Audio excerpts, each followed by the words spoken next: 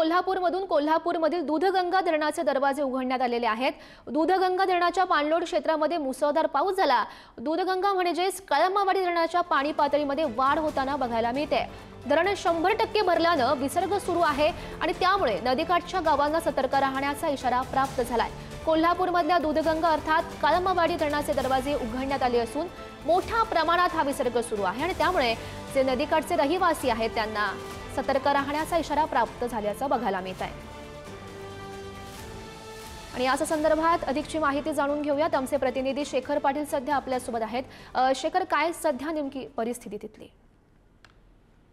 गौरी, काळमवाडी धरणाचे पाणी पातळीचा विचार केला तर ते 100% यावेळी भरणार नाही, कारण धरणाला मोठ्या प्रमाणात पाण्याची गळती जी आहे ती त्या ठिकाणी आहे आणि ती गळती काढण्याचं काम देखील गेल्या काही दिवसांपासून सुरू आहे। मात्र पाण्याची पातळी नियंत्रणात ठेवण्यासाठी आता धरणातून पाण्याचा विसर्ग जो आहे तो मोठ्या प्रमाणात केलेला आहे आणि तिचीच सुंदर दृश्य जी आहेत ते आपल्याला या व्हिडिओच्या माध्यमातून पाहायला मिळतात।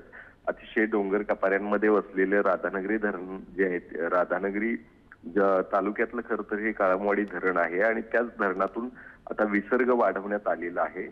याच धरणासंदर्भात आपण वेळोवेळी गळती काढण्यासंदर्भात देखील आवाज उठवला होता आणि त्यानंतर गळती काढण्याचं काम देखील सुरू झालं होतं। मात्र यावर्षी 100% हे धरण भरण्यात येणार नाहीये। विसर्ग वाढवलेला आहे त्यामुळे नदीकाठच्या गावांना सतर्क राहण्याचा